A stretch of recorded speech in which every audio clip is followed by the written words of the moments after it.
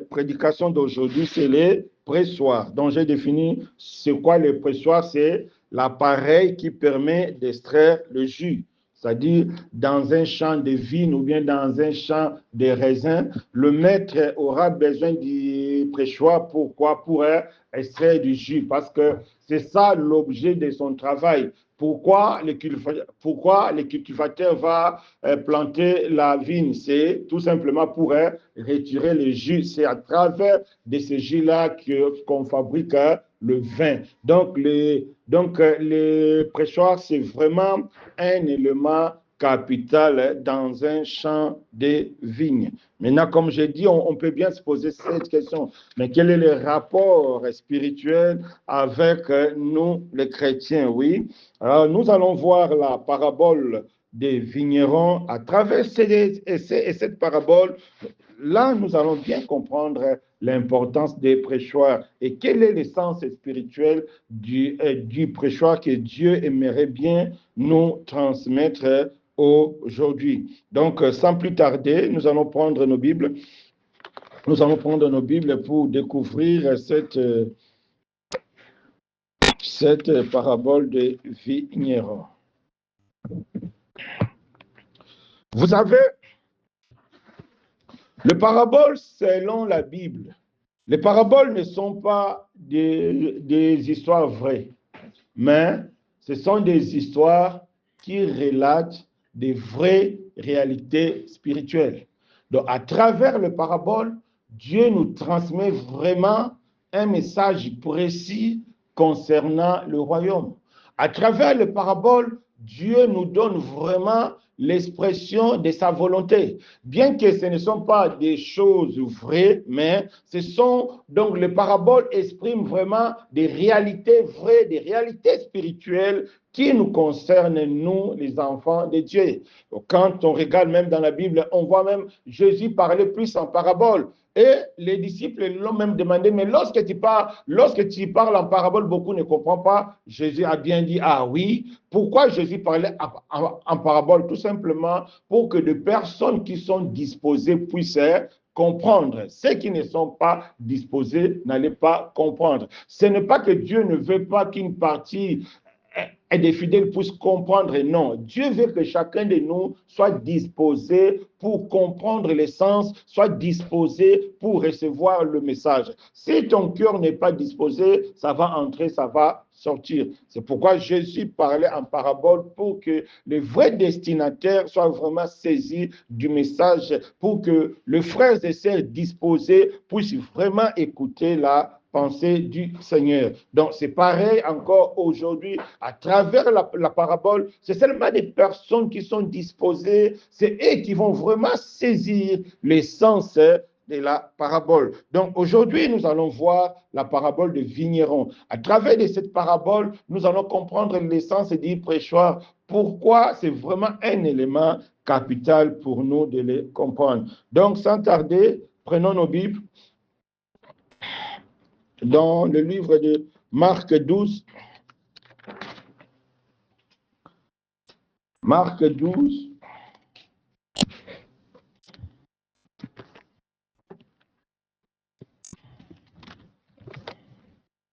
Marc 12,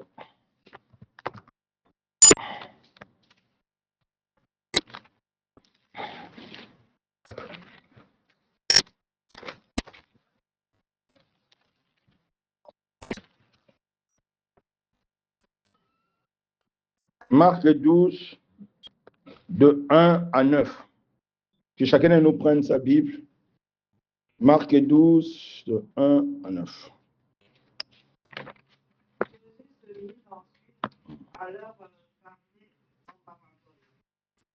Un homme planta une vigne, il entoura une haie, creusa un pressoir et bâtit une cour. Puis il la ferma à des vignerons et quitta le pays. Au temps de la récolte, il envoya un serviteur vers les vignerons pour recevoir d'eux une part du produit de la vigne. S'étant saisis de lui, ils le battirent et le renvoyèrent à vide. il envoya de nouveau vers eux un autre serviteur. Ils le frappèrent à la tête et l'outragèrent. Il envoya un troisième qui tuèrent, puis plusieurs autres qui battirent, puis plusieurs autres qui battirent ou tuèrent. Il avait encore un fils bien-aimé. Il l'envoya vers eux, le dernier, en disant, ils auront du respect pour mon fils. Mais ces vignerons dirent entre eux, voici l'héritier. Venez, tuons-le, et l'héritage sera à nous. Et ils se saisirent de lui, le tuèrent et le jetèrent hors de la ville. Maintenant, que fera le maître de la ville? Il viendra, fera périr les vignerons et il donnera la vie à nous. Amen. Donc, dans Marc 12, la Bible nous montre une parabole que Jésus a parlé. Mais bien aimé, aujourd'hui, c'est le dernier dimanche de l'année. Comme la Bible dit, la fin de toute chose vaut mieux que son commencement. C'est aussi un moment de faire aussi le bilan. Et à travers de ce message, on aura aussi des éléments qui vont vraiment nous pousser aussi à faire le bilan pour notre vie. Et comme c'est le dernier culte, mon souhait est que ces cultes ou bien ces messages deviennent aussi une base pour la nouvelle année 2006. Vous savez qu'on a pris 3 jours de jeûne et prière. Pourquoi on a jeûné? Parce que la pensée de Dieu est que dans cette assemblée, que chacun de nous puisse devenir excellent. Dieu veut que nous soyons excellents. Et à travers de ces messages, Dieu nous montrera un aspect pratique d'être excellent en Christ. Donc, à travers ce thème des prêchoirs, nous verrons un aspect pratique de l'excellence en Christ. En tout cas, que Dieu nous aide à comprendre cette parabole pour vraiment tirer des leçons pour notre vie, pour faire le bilan de l'année passée et mieux, de cette année qui va finir dans quelques jours et de mieux commencer l'année prochaine 2006. Mais bien aimé, la parabole des vignerons, c'est vraiment un avertissement prophétique pour tous les chrétiens. À travers de cette parabole, Dieu avertit, Dieu interpelle. Donc c'est vraiment un message qui est là pour nous réveiller. À travers cette parabole, Dieu transmet un message très clair concernant sa volonté pour chacun de nous présents. Parce que la parabole des vignerons met en évidence d'une manière claire la conséquence pour tous ceux qui rejettent la parole de Dieu. Donc, à travers de ces paraboles, on va voir quelle est la conséquence de tous ceux qui rejettent la parole de Dieu. Donc, c'est vraiment important, mes bien-aimés, que chacun de nous puisse disposer son cœur pour vraiment comprendre l'essence spirituelle de cette parabole. Ça va vraiment nous aider. Comme j'ai dit, c'est vraiment un avertissement prophétique. Pourquoi? Parce que cette parabole parle des conséquences que des gens ont eues dans le passé, des conséquences qui seront visibles aujourd'hui si nous n'obéissons pas, des conséquences qui seront valables demain si après nous, nos enfants ou bien nos petits n'obéissent pas. Donc c'est vraiment un message qui est d'actualité. Donc c'est vraiment une parabole qui est là pour nous aider à comprendre la volonté parfaite de Dieu. Donc, c'est vraiment un message à saisir, c'est vraiment un message à comprendre. Donc, en regardant cette parabole, selon le contexte, qu'est-ce qu'on voit? On va encore relire. Jésus s'est mis ensuite à leur parler en parabole. Un homme plantant une vigne et l'entoura d'une haie, creusa un pressoir et bâtit une tour. Puis il la ferma à des vignerons et quitta le pays. Au temps de la récolte, il envoya un serviteur vers les vignerons pour recevoir d'eux une part du produit de la vigne. S'étant saisi de lui, ils les battirent et les renvoyèrent à vide. Il envoya de nouveau vers eux un autre serviteur. Ils les frappèrent à la tête et l'outragèrent. Il envoya un troisième. Ils y tuèrent, puis plusieurs autres, ils battirent ou tuèrent. Il avait encore un fils bien-aimé.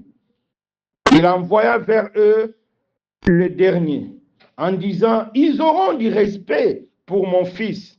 Mais ces vignerons dirent entre eux, voici l'héritier, venez, tuons-le, et l'héritage sera à nous. Et ils se saisirent de lui, les tuèrent et les jetèrent hors de la vigne.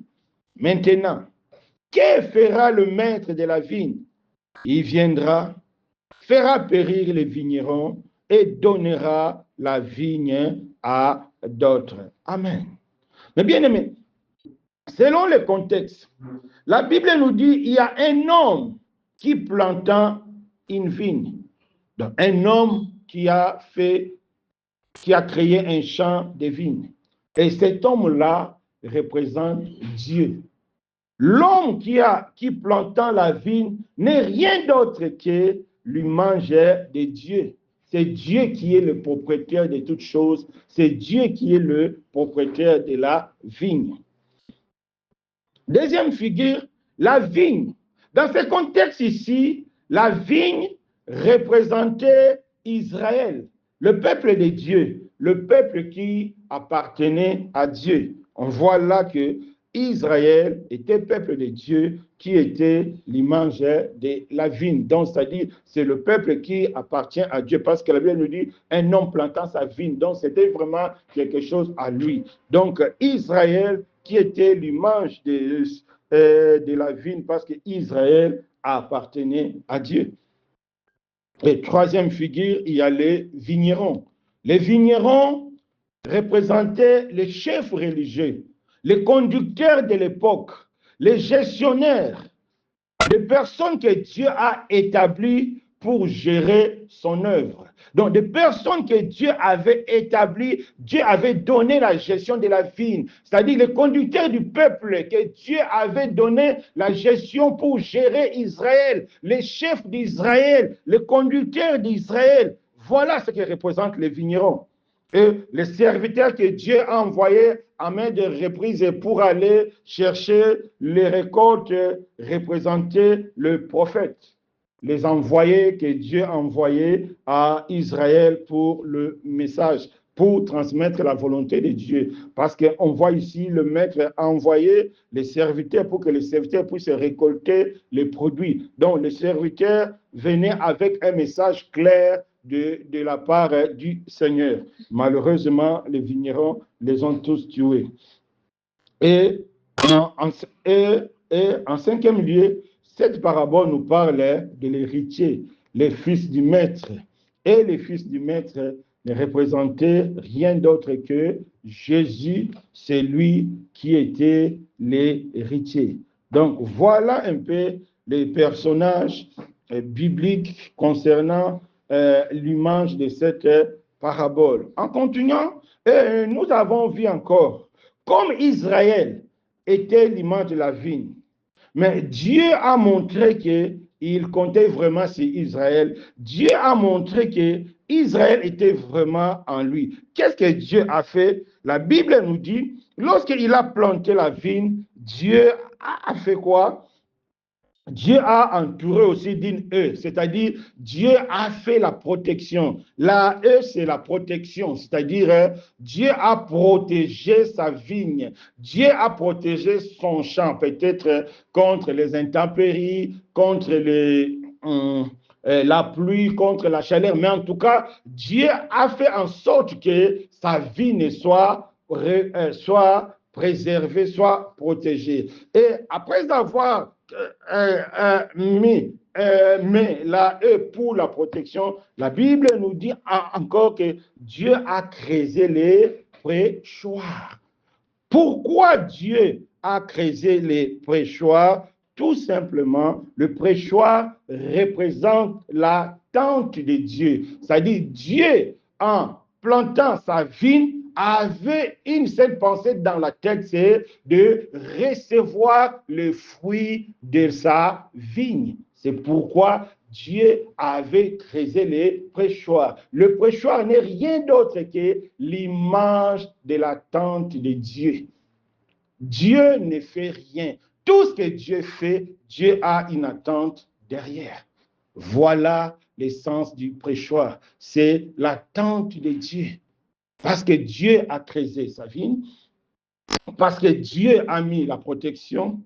La Bible dit encore que Dieu a bâti des tours, c'est-à-dire Dieu a mis des gardiens pour veiller. Pourquoi? Parce que Dieu avait besoin de retirer c'est-à-dire le produit de sa vigne. C'est pourquoi au temps des récoltes, il avait envoyé ses serviteurs afin que ses serviteurs puissent aller retirer les produits de sa récolte. Malheureusement, les vignerons n'ont pas donné. Donc, le préchoir n'est rien d'autre que l'image de la tente de Dieu pour la vie de chacun de nous. Tel que tu es là, mon frère, ma soeur, il faut savoir que Dieu a une attente pour ta vie. Ce n'est pas pour rien que Dieu investit pour toi. Pour sa vie, Dieu a investi. Il a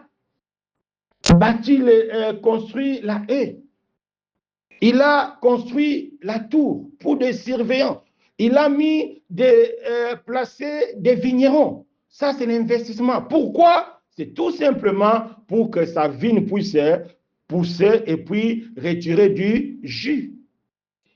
C'est pourquoi Dieu a créé le préchoir. Donc, le préchoir manifestait, c'est-à-dire représenter l'attente de Dieu, représenter, c'est-à-dire ce que Dieu voulait, l'objectif de Dieu, pourquoi Dieu a bâti, pourquoi Dieu a affermi sa vigne aux vignerons, parce que Dieu espérait recevoir quelque chose. Mon frère, ma soeur, tel que tu es là, il faut mettre en tête que Dieu, tout ce que Dieu fait dans ta vie, Dieu espère aussi recevoir quelque chose. Dieu espère accueillir quelques produits de ta vie. Voilà la pensée derrière les préchoirs. Donc, le préchoir ne représente rien d'autre que l'attente de Dieu. C'est pourquoi Dieu a investi en construisant la haie, en construisant, la tour, tout ça, c'était pour que sa vigne soit préservée, c'était pour que sa vigne soit bien gardée et afin de retirer le fruit. Voilà, mes bien-aimés, l'essence du préchoir. Donc, nous avons maintenant tous compris que le préchoir n'est rien d'autre que la volonté de Dieu de retirer le fruit de sa vigne. C'est très important parce que tout ce que Dieu fait toujours avec un objectif pour retirer le fruit. Donc, pour nous aujourd'hui, nous devons comprendre que Dieu a aussi une attente pour notre vie. De la même manière, Dieu avait l'attente pour sa vigne. C'est pourquoi il avait confié sa vigne aux vignerons dans l'espoir de venir recueillir le jus, dans l'espoir de venir recueillir quelques produits.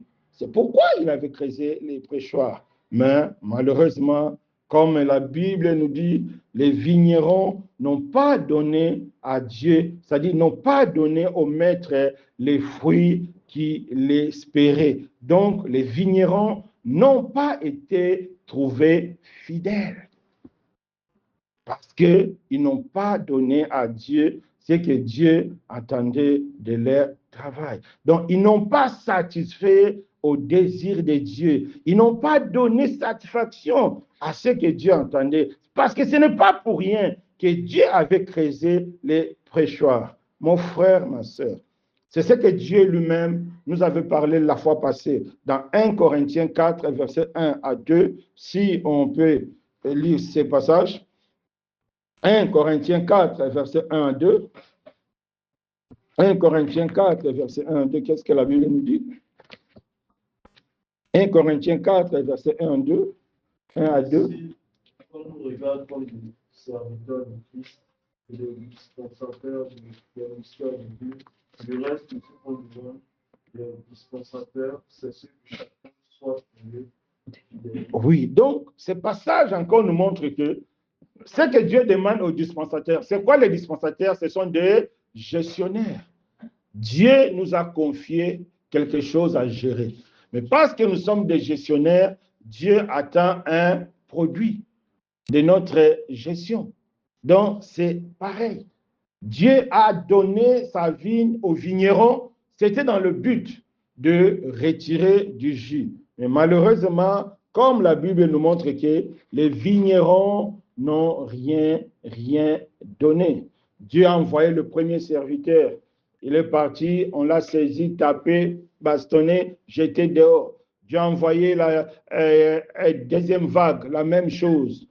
Troisième vague, la même chose. Plusieurs vagues, c'était la même chose. Après, Dieu a dit, peut-être avec mon fils, ils auront peur, ils vont quand même me donner le fruit que j'espérais. Dieu a dit, le maître a envoyé son héritier là-bas. Ils ont agi encore plus pire qu'avant. Ils ont dit, voici l'héritier, saisissons de l'héritier pour que l'héritage nous revienne. Et ils se sont saisis de l'héritier, ils l'ont tué et ils l'ont jeté dehors. Voilà ce que les vignerons ont fait. Et la conséquence était là. Qu'est-ce que la Bible nous dit? Verset 9. Pour voir la conséquence, la Bible dit quoi? Maintenant, que fera le maître de la vigne? Il reviendra périr les vignerons et il donnera la vigne à d'autres. Voilà la conséquence, mes bien-aimés, lorsque nous ne donnons pas à Dieu ce qu'il attend de nous. Voilà la conséquence lorsque nous ne sommes pas fidèles à ce que Dieu nous a confié. Dieu viendra, il nous fera périr. Il va nous écarter et donner à d'autres personnes. Pourquoi? Parce qu'on a été incapable de satisfaire au désir de Dieu. Parce que ce n'est pas pour rien que Dieu avait créé les prêchoirs. Si Dieu avait créé les prêchoirs, c'était pourquoi? Pour retirer des jus. Donc les prêchoirs représentaient l'attente de Dieu, représentaient l'objectif ultime de Dieu pour sa vigne. Mais il envoie des gens et les gens retournent main vide, d'autres retournent dans le cercueil. Ah, le maître a compris qu'il y a quelque chose qui ne va pas. Donc, les vignerons ne sont pas fidèles et je vais me venger contre eux. Voilà. Lorsqu'on ne respecte pas la parole de Dieu, lorsqu'on n'est pas fidèle à la mission que Dieu nous a confiée, lorsqu'on ne fait pas ce que Dieu attend de nous, il faut s'attendre au jugement de Dieu. Le jugement de Dieu, c'est une réalité pour quiconque qui ne sera pas fidèle à Dieu, pour quiconque qui ne donnera pas à Dieu le fruit qu'il compte recevoir de lui, et le jugement de Dieu tombera. Parce que Dieu a quand même créé un prêchoir. Ça lui a coûté de l'argent pour recevoir du jus. Mais après, il n'a rien reçu. Voilà, mes bien-aimés. Maintenant, il y a une question. Pourquoi les vignerons n'ont pas donné à Dieu ce que Dieu cherchait? Pourquoi? Quel a été le péché capital de ces vignerons? C'est ça. Donc, le péché capital de ces vignerons, c'était quoi? Ils ont voulu s'accaparer de la vigne. Voilà c'est le même péché qui fait rage. C'est le même péché aujourd'hui qui va mener beaucoup de soi-disant chrétiens en enfer. Beaucoup de personnes qui fréquentent les assemblées iront en enfer à cause de ça. Parce que lorsque tu considères que la vie que tu as, c'est ta vie, c'est mon argent, c'est mon travail, je vais faire tout ce que je veux de ma vie, tu fais de ta vie un objet de plaisir, tu fais de ta vie un objet de loisir, tu fais de ta vie un objet de la distraction. Mon frère, ma soeur, il ne faut pas te tromper.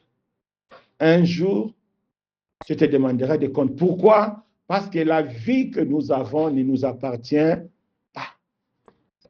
Voilà l'erreur que les vignerons ont commise. Et ils pensaient que la ville, c'était à eux. Ils ont oublié qu'ils n'étaient que des gestionnaires. Voilà l'erreur que nous-mêmes nous commettons. Nous pensons que notre vie nous appartient.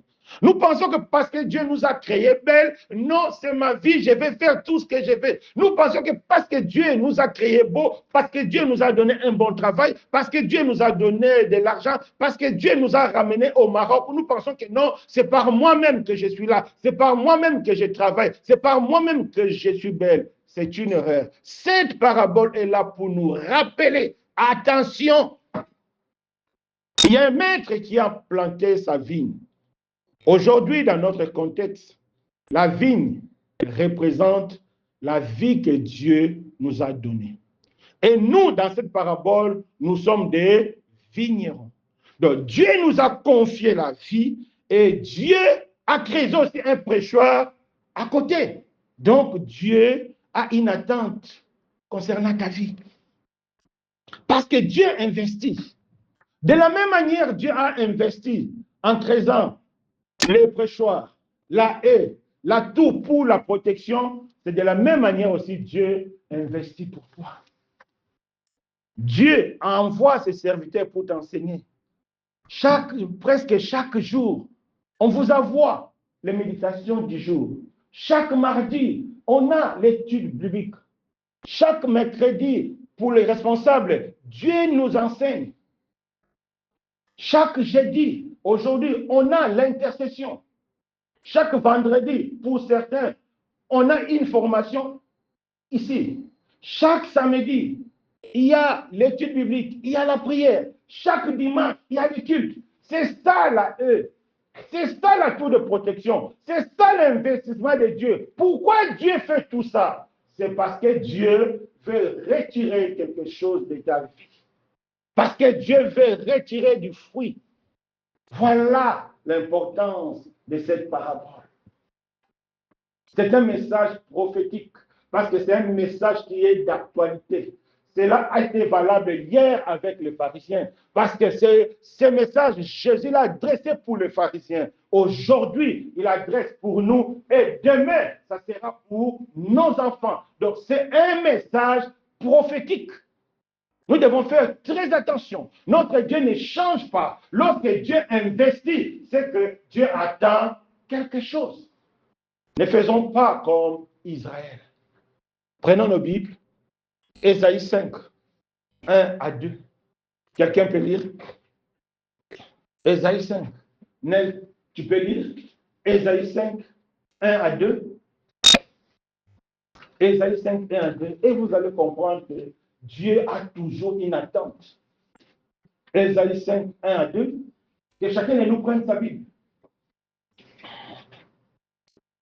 Ésaïe 5, 1 à 2.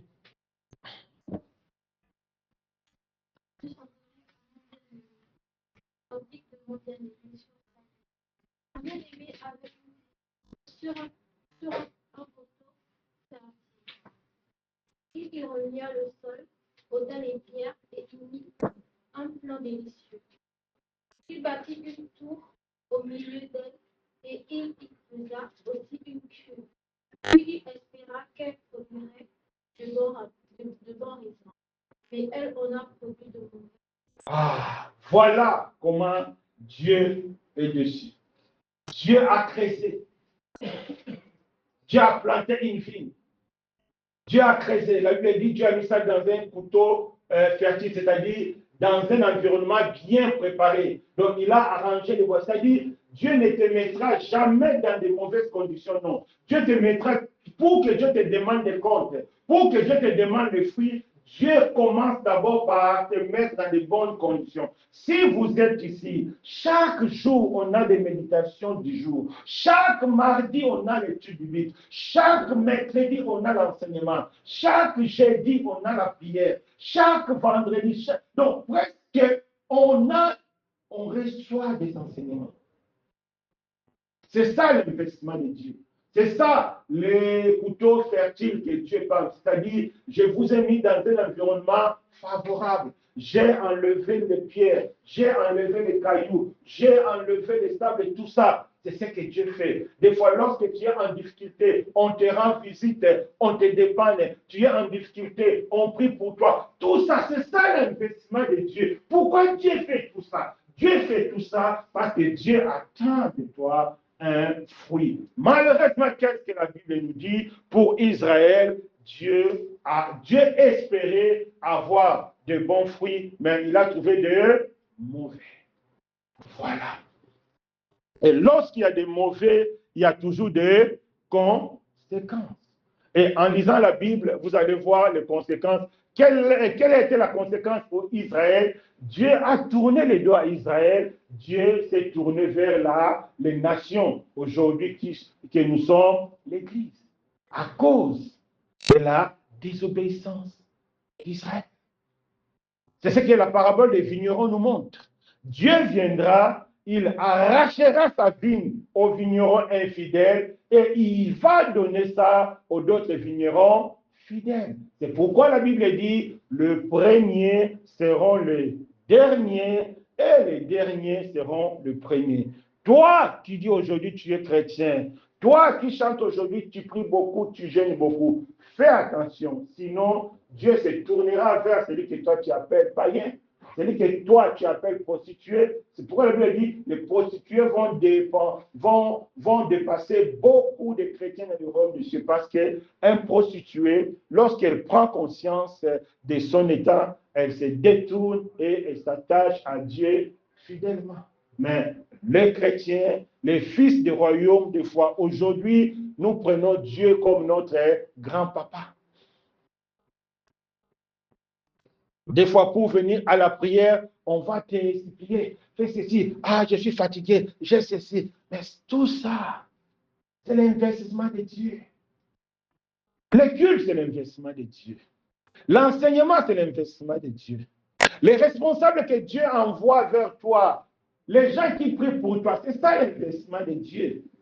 Mais Dieu ne fait pas ça pour rien. Mais Dieu fait tout ça, pourquoi? Pour récolter du fruit. Voilà, mes bien-aimés, les prêchoirs, l'attente de Dieu. Dieu a une attente concernant ta vie. Et la Bible nous montre que les vignerons n'ont pas été fidèles. Dieu les a fait périr et Dieu a changé. C'est très important. Dieu peut nous tourner le dos. Lorsque Dieu verra que tu ne veux plus écouter, tu ne donnes pas ce que Dieu souhaite, c'est compliqué, mes bien-aimés. Nous devons faire très attention. La vie que tu as ne t'appartient pas. La beauté que tu as ne t'appartient pas.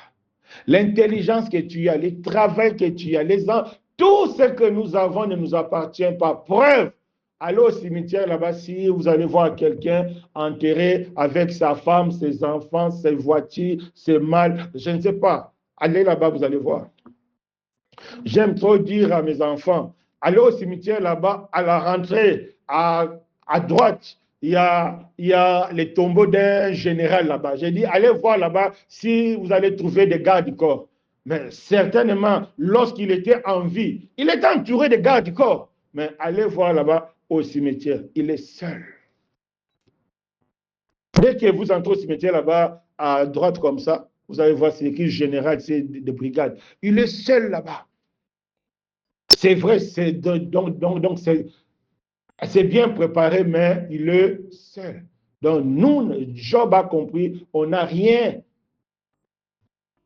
amené, nous retournerons aussi avec rien. Donc, mes bien-aimés, c'est très important pour nous de réaliser que tout ce que nous avons, ce n'est pas à nous. La vie que nous avons, ce n'est pas notre vie. Alors, Dieu enverra ses serviteurs pour prendre ses récoltes, pour récolter les fruits de tout ce que Dieu nous enseigne, de tout ce que Dieu nous donne. Donc, c'est important. Parce que les pharisiens ont failli, parce que les pharisiens ont rejeté, c'est pourquoi Dieu ne veut pas que cela se répète encore pour nous. Mais bien aimé, un autre investissement que Dieu a fait, peut-être on ne se rend pas compte.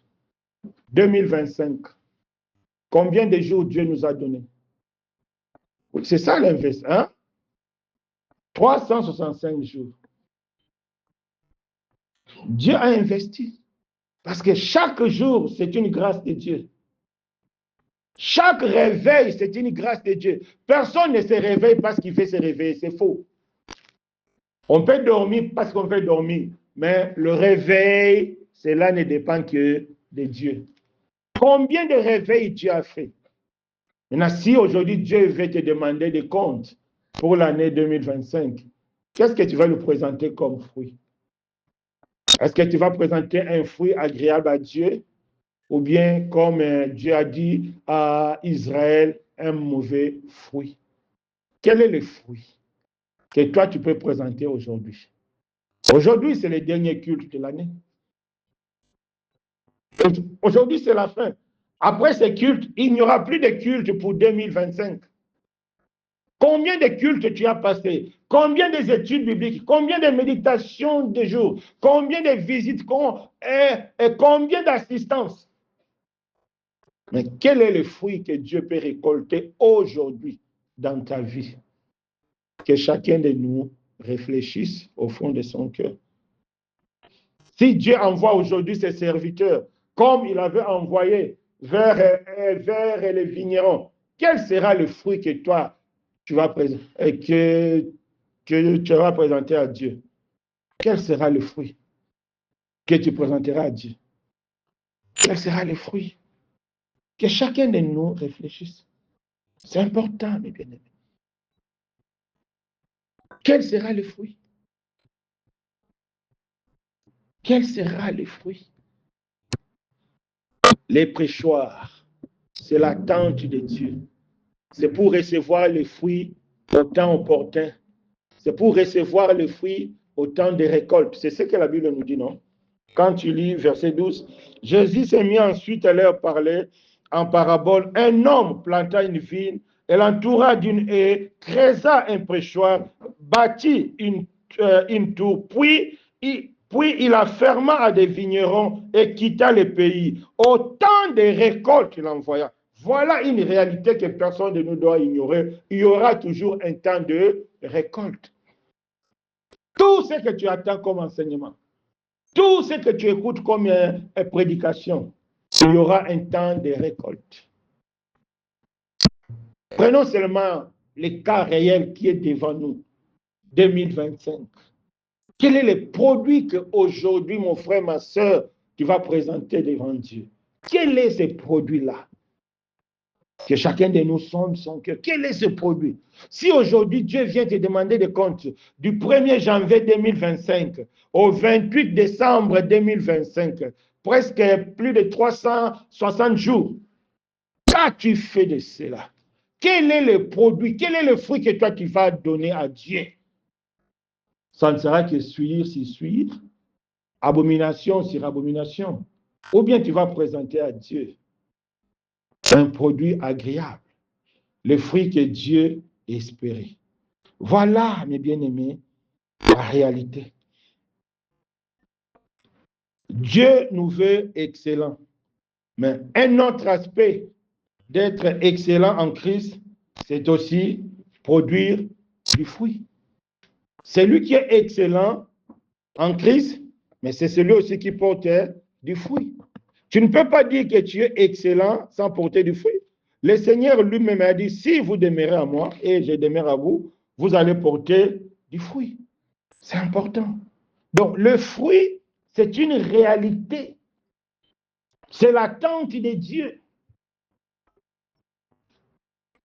De la même manière, Dieu a arraché sa vigne aux vignerons qui n'ont pas donné les fruits de sa vigne. De la même manière aussi, Dieu détruira notre vie si notre vie, si on n'a pas donné à Dieu les fruits qu'il espère. Mon frère, ma soeur, prenons tous les enseignements au sérieux. C'est très important. Parce que c'est ça l'investissement de Dieu. Dieu investit. Oui, Dieu investit. Si nous sommes là, Dieu investit. Parce que Dieu fait grâce pour qu'on puisse payer cette maison. Parce que mathématiquement, on n'est pas capable de payer cette maison. Mais chaque mois, Dieu nous fait grâce à arriver à payer. Mais pour prendre cette maison, c'était vraiment des combats parce que mathématiquement, donc c'était impossible. Mais Dieu investit pour que Dieu écoute la prière. Les courants. Des fois, les factures arrivent de plus de 1000 dirhams. Là, on est dans le chauffage. Il faut plus de 1000 dirhams pour payer ça le mois. Mais Dieu investit. Mais vous pensez que Dieu fait ça pour rien? Non. Dieu ne fait pas ça pour rien. Les frères qui prêchent ici, Dieu investit. Des fois, ils mettent à côté leur travail, mais pour préparer la prédication. Mais pour toi, c'est ça l'investissement de Dieu. Que donneras-tu à Dieu comme fruit? Voilà la question que chacun de nous doit se poser. Donc, le fruit que Dieu attend de nous, ce n'est pas parce qu'on est meilleur, non, parce que Dieu investit, parce que Dieu nous dispose et nous devons porter des fruits. C'est très important. Donc, à partir d'aujourd'hui, si tu es conscient que ta vie ne porte pas de fruits, prends le temps de réfléchir. Parce que si tu ne réfléchis pas, la parabole des vignerons te fait comprendre que la vie que tu as ne t'appartient pas. La vie que tu as appartient à Dieu. La beauté que tu as, l'intelligence que tu as là, tout ce que tu possèdes, les habits que tu as. Il est vrai, tu peux avoir l'impression que non, c'est moi-même qui est parti à Borges à acheter, oui, mais le souffle de vie là, c'est Dieu qui t'a donné. L'intelligence là pour travailler, c'est Dieu qui t'a donné. La force est là pour se rendre à bord, c'est Dieu qui t'a donné. Aujourd'hui, il y a des gens qui ont des moyens, mais ils n'ont pas de force. Allez à l'hôpital, là, vous allez voir de quoi il s'agit. Allez à l'hôpital.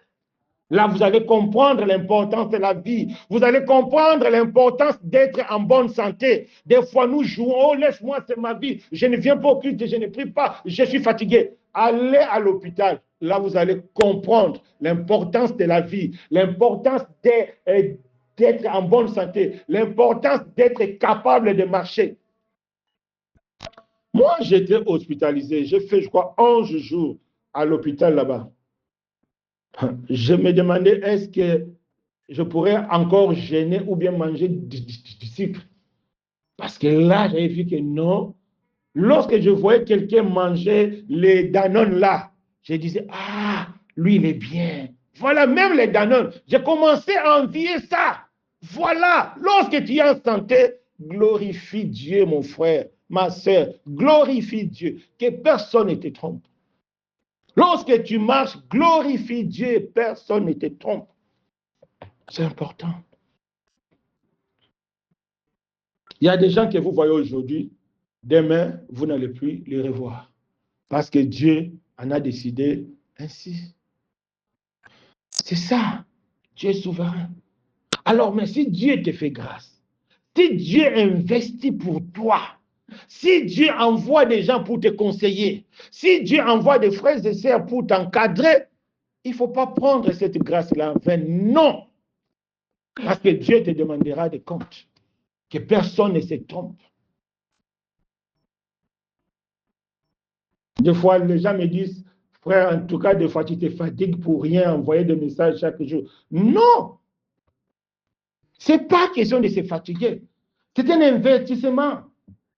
Ça me prend beaucoup de temps. Ça me prend presque des fois plus de 2 heures pour envoyer tout ça. Chaque jour. Des fois, je travaille seulement peu pour gagner de l'argent, mais je passe tout mon temps à envoyer ça. Parce qu'il y a l'investissement de Dieu derrière. Dieu comblera ce qui va me manquer.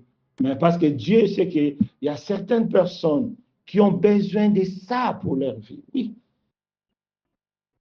C'est important, mes bien. Que Dieu nous fasse grâce à comprendre cela. Maintenant, étant des enfants de Dieu, étant des personnes qui écoutent la parole de Dieu, étant des personnes qui lisent les méditations du jour, qui ont des temps de prière, des temps de jeûne, quel est le fruit que Dieu attend de toi? C'est important. Il y a six fruits que tout chrétien doit manifester, sans exception. Le premier fruit que Dieu attend de toi, mon frère, ma soeur, c'est le fruit de la conversion. C'est important. C'est le fruit de la conversion. Si tu attends la parole de Dieu, si tu es bien enseigné, si tu es bien encadré, ce que Dieu attend de toi, premièrement, c'est le fruit de la conversion. Sinon, tu as échoué. Sinon, tu as échoué. Tu peux beau être un chanteur, un musicien, tout. Mais si tu n'es pas converti, tu as échoué. Voilà le premier fruit. Le fruit de la conversion. Mon frère, mon soeur. 2025. Prenons seulement 2025. Tu as écouté toutes sortes de prédications. On a eu des séminaires ici avec le pasteur Moshe. On a eu beaucoup de choses. Les études bibliques, on a eu les méditations du jour. Manifestes-tu le fruit de la conversion de ta vie? Que chacun de nous réfléchisse. Est-ce que tu es réellement converti? Voilà le premier fruit que tout chrétien doit manifester. Tout chrétien qui est bien encadré, tout chrétien qui est bien enseigné, tout chrétien qui est bien entouré doit manifester le fruit de la conversion. C'est important. Es-tu converti? Es-tu né de nouveau? C'est important. La fois passée, j'étais quelque part, je posais la question à une sœur. Comment savoir que tu es chrétien? La personne est fâchée, très fâchée. Moi-même, j'ai été étonné. C'était la première fois qu'on puisse la poser une telle question. Pour elle, elle est chrétienne, elle prie, elle gêne, c'est tout ce qu'elle sait. Mais je me dis, mais comment sais-tu que tu es chrétienne? Elle était tellement troublée, fâchée, parce que c'était pour elle la première fois. Voilà. Lorsqu'on n'est pas converti, on pense que le fait de prier, le fait de jeûner, c'est là qui fait que tu sois chrétien. Non, c'est faux. Nous devons faire très attention. Voilà le premier fruit que Dieu attend de toi. Le deuxième fruit que tout chrétien doit manifester, c'est le fruit d'amour. Tu ne peux pas appartenir à Dieu et ne pas manifester l'amour. Ça, ce n'est pas possible. Tu ne peux pas dire que moi j'aime Dieu, mais tu n'aimes pas ton prochain. La Bible dit que c'est impossible d'aimer un Dieu que tu ne vois pas et d'haïr ton frère que tu vois, ta soeur que tu vois. C'est impossible. Des gens qui ont des problèmes dans leur cœur, les gens qui refusent de pardonner d'autres personnes, il est temps de changer de posture. Il est temps de changer votre façon d'être parce que le fruit d'amour, c'est la preuve que Jésus est passé dans ta vie. C'est la preuve que tu as compris l'œuvre de la croix. Parce que l'amour selon Dieu, ce n'est pas l'amour selon le monde, ce n'est pas l'amour charnel. Comme on a vu lors des études bibliques, l'apôtre Jacques et Jean nous ont montré c'est l'amour selon la vérité. Cet amour-là, selon la vérité, seul Jésus-Christ dépose dans notre cœur. Et les gens qui ont l'amour selon la vérité c'est vraiment des personnes qui ont accepté Jésus. C'est des personnes qui ont laissé Jésus entrer dans leur vie. Le fruit d'amour, mon frère, ma soeur, as-tu le fruit d'amour? Le fruit d'amour se manifeste par le pardon, par la libéralité, par la fraternité, par l'entraide. Voilà les fruits d'amour. Tu ne peux pas dire que j'ai les fruits d'amour, tu restes tranquille chez toi, tu visites personne, tu assistes personne, tu parles à personne. Ça, c'est quel type d'amour comme ça? Ah, ça, ce n'est pas l'amour de Dieu. Ça, ce n'est pas l'amour qui vient ici. Voilà, mes bien-aimés, le fruit que Dieu attend de toi. Manifeste-tu les fruits d'amour dans ton cœur. Voilà, c'est important. La Bible nous dit que Dieu est amour. Celui qui aime aussi est de Dieu. Donc, si toi, tu n'aimes pas, c'est que tu n'es pas de Dieu. Et le troisième fruit que tout chrétien doit manifester, c'est le fruit d'un bon témoignage. C'est ça, être excellent. C'est Dieu qui nous rend excellents. Un bon témoignage, c'est une preuve que Jésus règne dans ta vie. Les gens qui étaient là hier avec le frère Maison, il nous a parlé de la femme samaritaine. Il nous a parlé des Zachée, des personnes au départ qui étaient des bandits, qui étaient dans la fornication, dans la débauche. Mais lorsqu'ils ont croisé le Seigneur, aujourd'hui, elles sont pour nous des modèles. Voilà. Voilà les fruits de la conversion. Voilà les fruits de l'amour de Dieu. C'est un bon témoignage.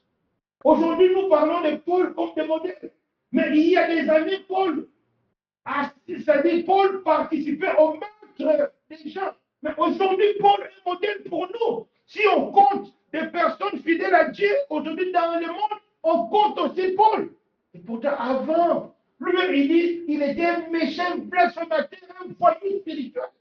Il était comme des terroristes que nous voyons ici, qui mettent les bombes au nom de Dieu. Paul tuait les gens au nom de Dieu. Et lorsqu'il a croisé Jésus, le fruit, c'est la transformation. Lui-même a avoué qu'il agissait par ignorance. Voilà, mon frère. Voilà le fruit que Dieu attend de toi. Dieu investit.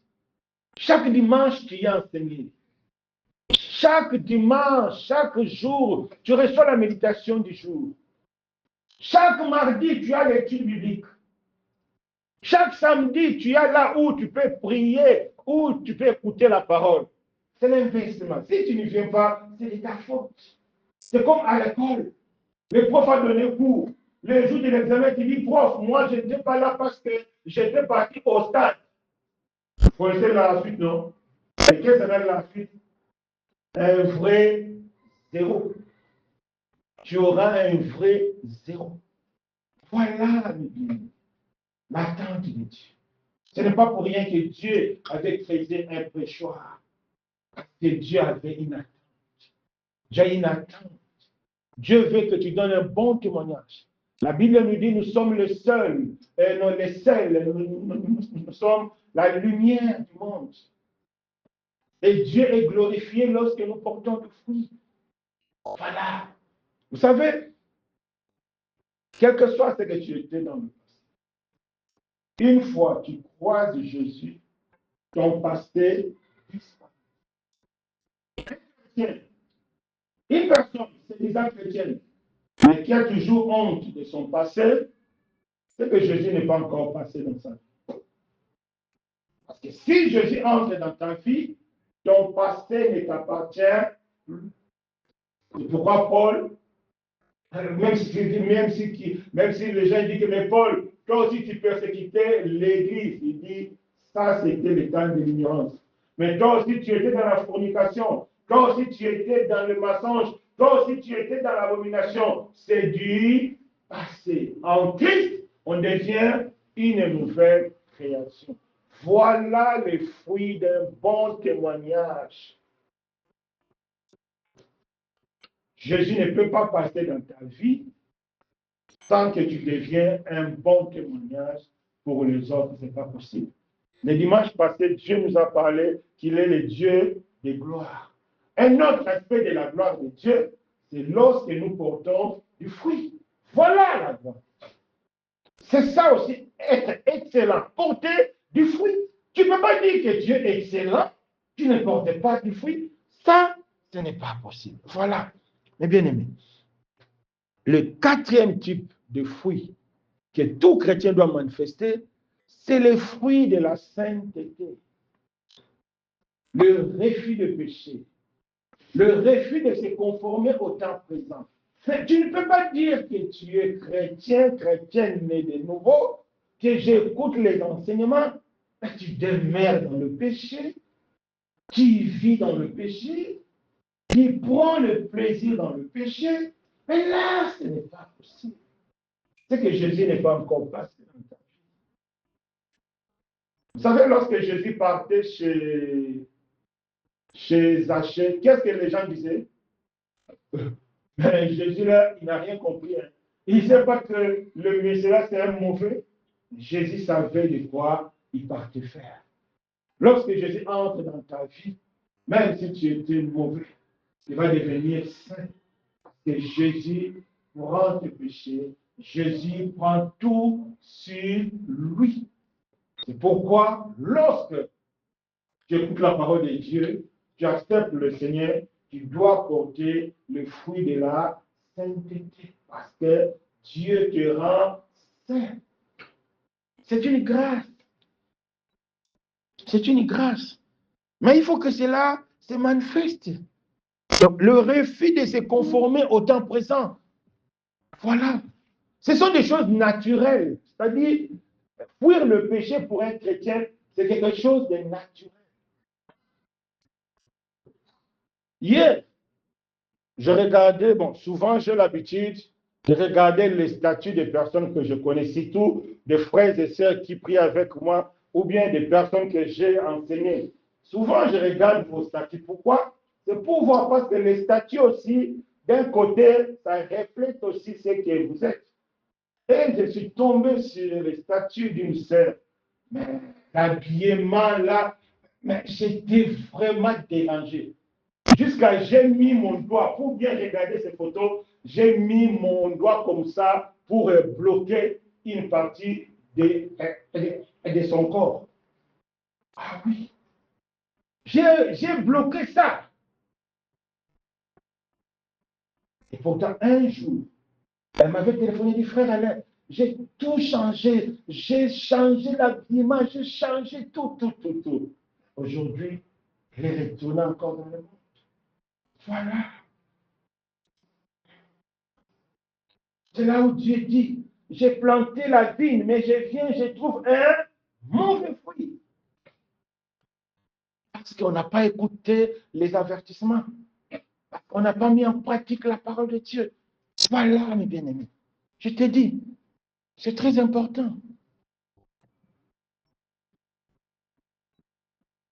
Un jour en ville, j'ai croisé une sœur. C'était terrible. Je l'ai saluée comme ça. On parlait comme ça. Elle est là, moi, comme ça. Parce que tu ne pouvais pas la regarder. Avec le jupe ici, ici, là. Mais en ville, mais il y a quand même quelque chose. Ah. Tu fais la honte, quand même. Et tu fais la honte de l'église du Seigneur. Il y a quand même des choses. En ville, je n'ai pas croisé, non, je l'ai croisé en ville, en pleine ville. Je l'ai salué comme ça, on parlait comme ça. Elle-même aussi, elle a compris que ça n'allait pas. Mais tu ne pouvais pas la voir, sinon tu vas commencer à pécher. Mais moi, je ne l'ai pas croisé pour que moi je pêche. Non. Voilà. Voilà ce qui nous manque. Nous ne portons pas les fruits que Dieu attend de nous. Les prêchoirs, ça ne sert à rien du tout. Nous sommes comme des vignerons. Dieu va arracher ta vie. Dieu va arracher ça. C'est sa vie. C'est sa vie. Ce n'est pas ta vie. C'est sa beauté. Ce n'est pas ta beauté. C'est sa virilité. Virilité. Ce n'est pas ta virilité. C'est à Dieu. Ce n'est pas toi. Il t'a prêté pour que tu sois pour sa gloire. Ce n'est pas pour que tu deviennes une occasion de chute. Non, le bien-aimé. Nous devons faire très. Ce message, c'est un avertissement prophétique. Faisons très attention. Le même sort que Dieu a réservé, que Dieu avait réservé aux vignerons, c'est le même sort aussi que Dieu réservera à quiconque qui ne sera pas fidèle, en commençant par nous. Ah oui, en commençant par nous. Après vous. Même ceux qui ont fui aujourd'hui, bon, je ne sais pas s'ils ont fui ou quoi, apparemment aujourd'hui, tout le monde s'est réveillé en retard, en tout cas. À midi, il n'y avait personne. Midi, il n'y avait personne. Midi juste, il n'y avait personne. Est-ce que vous faites ça pour l'école? Est-ce que vous faites ça pour le travail? L'école passera. Le travail passera. Le mariage passera. Mais votre vie sera avec vous. Dieu vous demandera des comptes. Nous devons faire très.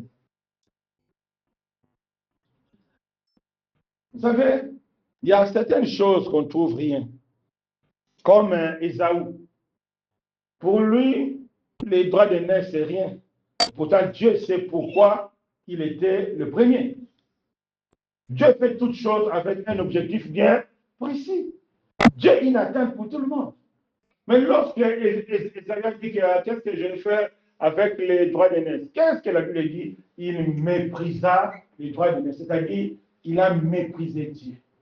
Lorsque tu méprises ce que Dieu t'a donné, c'est que tu as méprisé Dieu. Les vignerons n'ont pas écouté le premier serviteur. Mon frère, ma soeur, si tu ne m'écoutes pas, même si Jésus vient, tu ne vas pas l'écouter. Tu ne vas pas l'écouter. Beaucoup disent que non, bon, ici, là, il n'y a pas de bons serviteurs. Lorsque je serai en Europe ou bien dans mon pays, je vais écouter les bons serviteurs. C'est faux. Ça, c'est une manière de laver ta conscience. Non. Si tu n'écoutes pas Dieu au Maroc, même aux États-Unis, tu ne vas pas écouter Dieu. Dieu a envoyé les premiers serviteurs. Ils n'ont pas écouté. Les deuxièmes, ils n'ont pas écouté. Les troisièmes, ils n'ont pas écouté.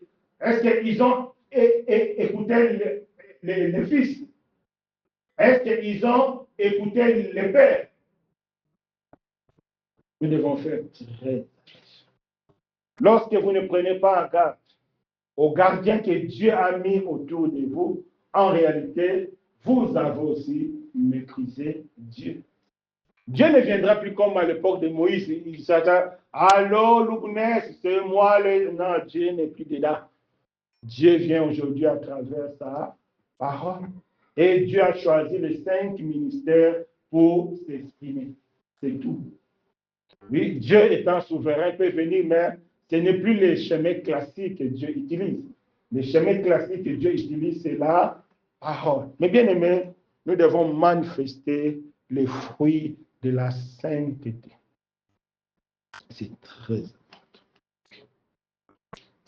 Par notre façon de s'habiller, par notre façon d'être, par notre façon de parler, nous devons manifester le fruit de la sainteté.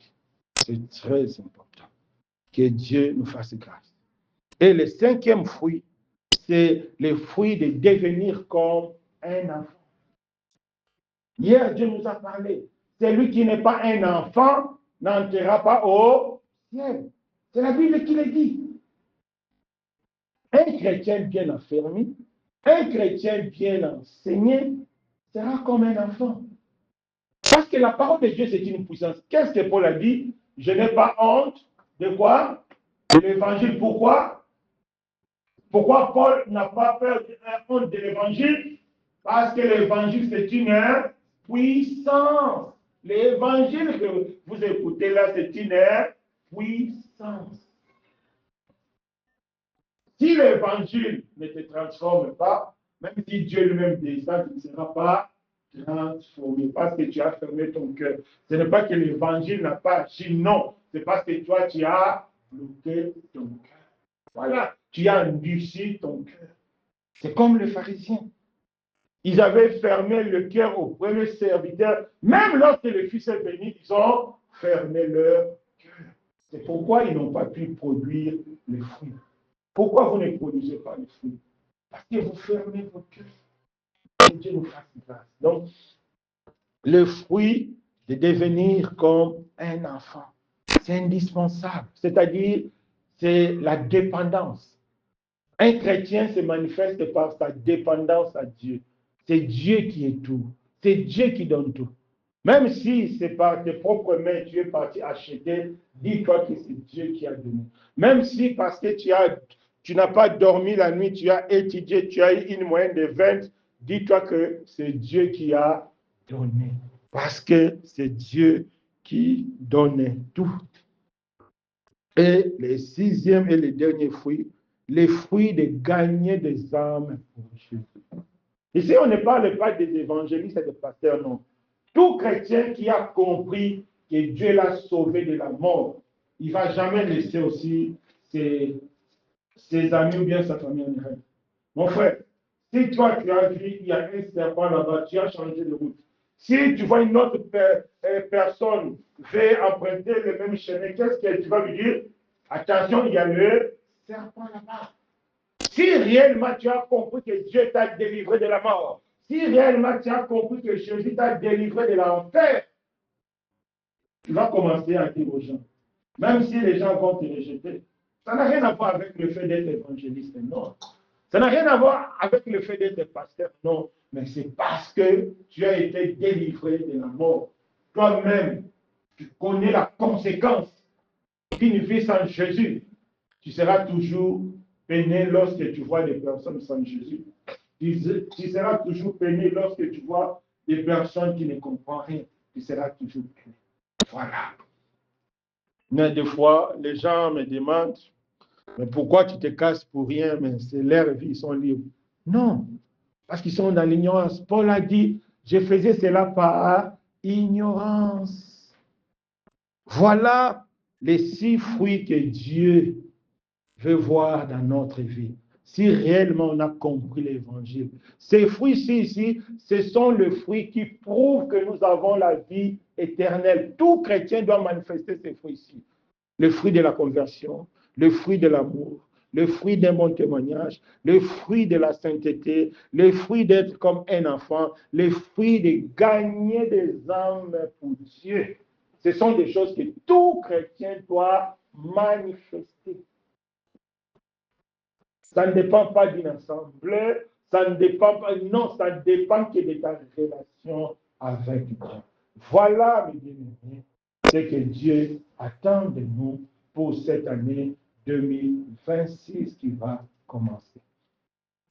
Voilà, mes bien-aimés, comment on peut être excellent devant Dieu si nous manifestons le fruit. Les vignerons, ils avaient tout, mais ils ont méprisé la parole de Dieu. Ils n'ont pas donné à Dieu le fruit que Dieu espérait. Mon frère, ma soeur, est-ce que toi aussi, à partir d'aujourd'hui, serais-tu prêt à donner à Dieu le fruit qu'il attend de toi? Le fruit de la conversion, le fruit de l'amour, le fruit d'un bon témoignage, le fruit de la sainteté, le fruit de devenir un enfant, le fruit de gagner des âmes pour lui. Es-tu prêt à donner à Dieu ce fruit? C'est vrai. Voilà le fruit qui nous qualifie comme les enfants. Voilà. Vous savez, aujourd'hui, il y a des personnes qui prennent plaisir à être excellents dans l'œuvre, à voir, à mettre dans ces statuts Jésus, Jésus, Jésus, Jésus. C'est très beau. Mais si toi, tu ne manifestes pas le fruit ici, même si tu mets Jésus, Jésus, si tu n'es pas converti, même si tu écris Jésus, Jésus, Jésus, Jésus dans ta maison, Jésus, Jésus, tu iras en enfer. Vous savez ça? Tu sais ça, non? Oui. Beaucoup prient pour chercher les dons de langue. Beaucoup prient pour le voyage. Beaucoup prient pour le mariage. C'est bien. Je n'ai pas contre. Est-ce que tu pries aussi pour laisser le péché? Est-ce que tu pries aussi pour apprendre à aimer? Est-ce que tu pries aussi pour marcher dans la sanctification? Voilà. Je vous ai dit que moi, j'ai pris pour demander, mais c'est rarement.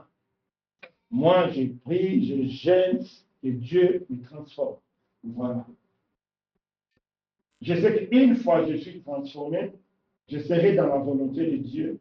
Je vais commencer à demander ce que Dieu a prévu pour moi. Fais de l'Éternel te bénisse, il te donnera ce que ton cœur désire. Jeûner pour les études, c'est bien, je ne suis pas contre. Jeûner pour le mariage, c'est bien, je ne suis pas contre. Mais avant de jeûner pour ça, les études, tout ça, commencez d'abord à jeûner pour laisser la médisance. Jeûne d'abord pour laisser le péché. Jeûne d'abord pour laisser la négligence. Parce que ça va te qualifier pour le ciel. Le mariage, la réussite, c'est bien. Mais tu vas laisser ça. Que Dieu nous fasse grâce. Mais bien aimé, on a compris c'est quoi maintenant les pré-choix. C'est quoi les pré-choix? Les pré-choix, c'est quoi? C'est ce que Dieu attend de nous. Qu'est-ce que Dieu attend de nous? Que nous puissions porter du fruit. Que Dieu nous fasse grâce. Élevons nos voix.